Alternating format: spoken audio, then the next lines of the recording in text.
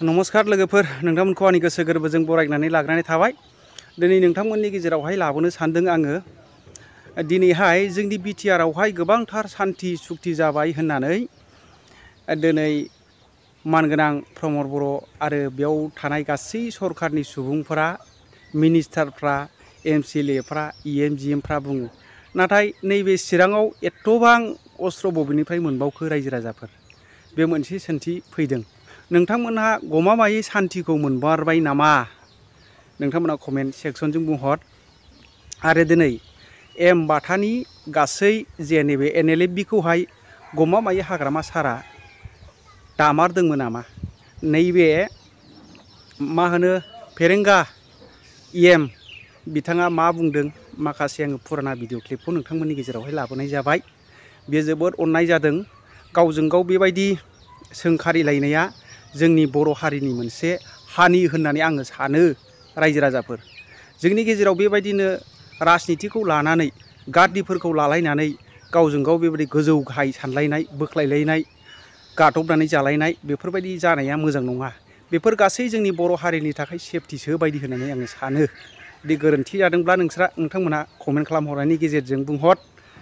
दिनै नोंथांमोननि गेजेरावहाय आं हाखु दाखुबाबो बे भिडिअखौ गोनांथि होननानै नोंथांमोननि गेजेरावहाय लाबोनाय जाबाय। ए टु जेड गासै नोंथांमोनहा मा मोनदांथिदों जोंनि बर' हारिनि गेजेराव मा जानो थांगासिनो दङ नोंथांमोनहा बेखौ ए टु जेड उइदाउट स्किप नायलांनायनि गेजेरजों कमेन्ट खालामहर।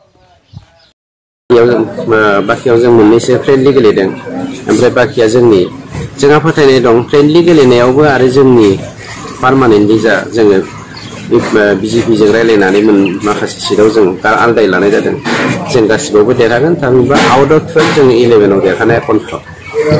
मोनसे बाथ्रा ओंखारदों बे समाव बिपिएमनिफ्राय बुंबाय थानाय जादों जे मासबाद आरो कालागाव समस्तियाव बिजेपिखौ बाइपास खालामनो थाखाय जेबोला बिजाथि दङ नालाय बाइपासनि बाथ्राया बोरै फैनो हायो? बाइपासखौ जों ओरैबायदिसो होनगोन 2008 सनाव 2011-12 सनाव 2014 सनाव जेरै सावथालफोरखौ मुसलमानफोरखौ एनडिएफबिनि मुं लानानै गावसोर पलिटिकेल लाबालाबनि थाखाय गावथार होलायलायदों। मुसलमानजों बर'जों नायलायनो हायि जादों, सावथालजों बर'जों नायलायनो हायि जादों। पलिटिकेल लाबालाबनि थाखाय बिसोरो जोंनि बिदा फंबायनि गेजेराव थैनि बाना बोहैहोदों। बेखौसो बाइपास होनगोन नङा होमबा? बे जोंहा फ्रेन्डलि गेलेदों। BJP is friend of UPPL. बेवहाय बाइपासनि बाथ्रा फैनो हाया। वेदार बिजेपि विन अर UPPL win this is not O matter. जोङो जोंनि स्ट्रेन्थजों जों थांगोन आरो जों जे देरहाथारगोन बे 100% कनफार्म। सार नैबे समावहाय जिथुनाखि बिटिसिनिफ्राय बा बिटिआरनिफ्राय माखासे थिउरि हान्जायाव हाबफैफिनबाय गोदान आफाद दाबाय एनएलडि। दिस इज कल्ड बाइपास। बिसो बाइपास। एनडिएफबिखौ मुं खालाम जोंनि बिमाफोरखौ बिथांमोना बिपिएफ हान्जाया मा खालामदों फिसाफोरखौ खोमा होदों। सख्ल' बख्ल' जोंनि बर' फिसाजोफोरखौ जोंनि बर' फिसालाफोरखौ जोङो खोमानो गोनां जादों। जायखौ बिपिएफआनो गावथार होदों। जोंहा प्रमान दङ। बिपिएफनि दैदेननायावनोथ' जोंनि एनडिएफबिआ थेर बेथेर जादों। मोनब्रै हान्जा जानांदों गावसोरनि पलिटिकेल लाबालाबनि खालामनो थाखाय। आरो दिनै एनडिएफबि गैयिनि थाखाय बिथांमोना राहा गोथे जानानै फाग्ला फुग्ला जानानै हाग्रामाया गावनो मोनसे स्करपिय'आवहाय गारि बुंजासे माबा AK-47 M16 बायदिसिना हरनानै बाथा आरो मा नाममोन बे नोंथांमोननि उदालगुरिनिया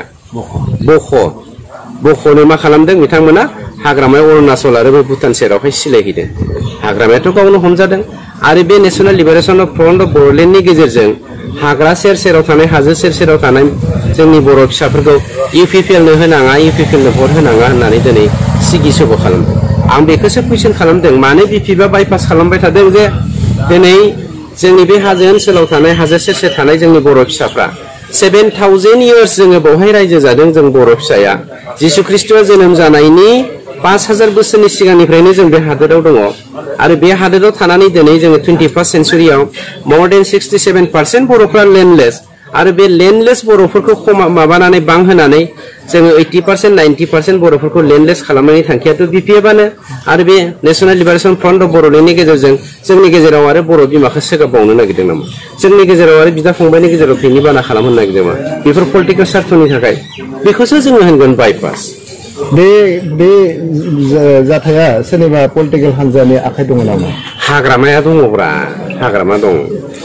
हाग्रामानि खानाया खर'आ लान्था जानायनि जाहोनानो जादों माब्रै जोंनि बिदा फंबायनि गेजेराव नांलाय होनो हागोन दानलायलायनो होनो हागोन बेखौ साननायावनो खानाया गुजोबलांबाय सिबाया सार मोनसे एलिगेसन दङ एनडिएफबिनि मेनस्ट्रिमनि मानसिफ्रा अफेन्डेड जादों होननानै मानि अफेन्डेड जानो मा कारनाव अफेन्डेड जानो 17 बोसोर जों एनडिएफबिया नासयजादों 17 बोसोर बिनिफ्राय नैबे 17 दिननि गेजेराव इउपिपिएलआ ओरैबायदि खामानि मावदों जे 17 बोसोराव नासयजानाय 34 इयार्स बर'लेण्ड मुभमेन्ट जोङो मोदैजों खदैजों जानांनाय बे समफोरखौ फोजोबनायनि थांखिजोंनो दिनै इउपिपिएल हान्जाया गासैबो ज' जादों सान्ति गायसननो हादों हाग्रा बंग्रा दिनै हाजो सेर सेर गुबुन जाथियाबो बिजनेस खालामहैनो हादों बेनिख्रुइ साबसिन माबायदि खालामनो हागोन आरो बिथांमोना माखासेया अफेन्डेड जागोन बे 100% सियर जायफ्रा आं दाखालिनो होनदों हाजिरा जाग्रा जोंनि गेजेराव माखासे एनडिएफबि मानसिफोर दङ जेरै सावरायग्राया हाजिरा जाग्रा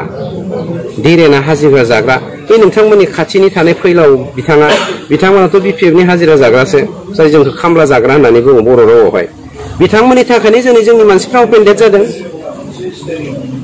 फैलावनिख्रुइ देरसिन माहाजोन जोंनि एनडिएफबिनि गेजेराव सोरबा दङ नामा नोंथांमोना नागिरनो मोनगोन नामा माबोरै माहाजोन जादों गुबुन एनडिएफबिया दिनै ओंखाम खबसेनि थाखाय दावहा नांदों गावनि बिसिया मैगं फाननानै जाबाय बायनांदों जोंनि एनडिएफबिफ्रा फैलाव बायदिया कोटि लाख थाखा लानानै जानानै दिनै जोंखौ फानगासिनो दङ बेनि थाखाय अफेन्डेड जाया मानि थाखाय जागोन जोंथ' 17 दिनल'सो फिसा माबा जों पलिटिकेल पार्टियाव बारा बैसो जायाखैथ' जों दाबो दालायाव उन्दुनाय पलिटिसियानसो एबा गोरलै गथ'सो दा जोबनायावहाय जिहेतु बिटिसिआवबो माखासे बिजाथि होबाय बे समावहाय बिसायख'थि जानो थांगासिनो बेयावहाय रायजोफोरखौ मा होननानै खावलायदों जोंहा माबानि इउपिपिएलनि जानानै आं इउपिपिनि सासे सोद्रोमा हिसाबै गुरैयै जोंनि बर' बिमाफोरखौ जोंनि बिदा फंबायफोरखौ जोंनि आंगो इन्टेलेक्सुवेलफोरखौ लेखा गोरों सेंग्रा सिख्लाफोरखौ आं बेखौसो खावलायनो नागिरदों हारि बासायनायनि समा बेनो जाय समावहाय दिनै बर' हारिया खौसे जादों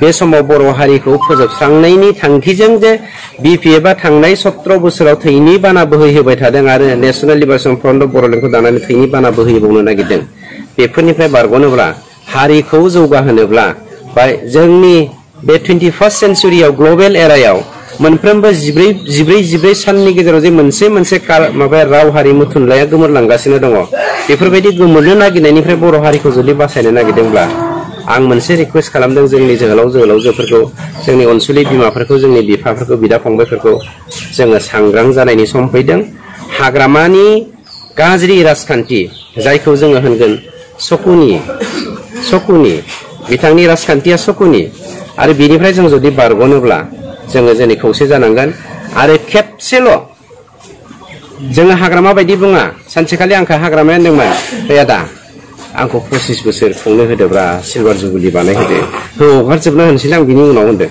जोंनो 25 बोसोर नाङा जोंनो 5 बोसोरल' हो बर' हारिखौ जों माबायदि लांगोन बिनि उनाव प्रमाननाय आरो 5 बोसोरनि गेजेराव होनो हायाब्ला बेवहाय प्रमद बर'नि बाथ्रा फैनो हाया बिआर फेरेंगानि बाथ्रा फैनो हाया गबिन्द बसुमतारीनि मानि बाथ्रा फैनो हागोन हारिनिख्रुइ बिआर फेरेंगाया देरसिन नङा हारियासो देरसिन आरो बेवहाय हाग्रामानि मा इसु फैनो हागौ बे मेसेजखौनो आं जोंनि रायजो राजानो नोंथांमोननि मिडियानि गेजेरजों हरनाय जाबाय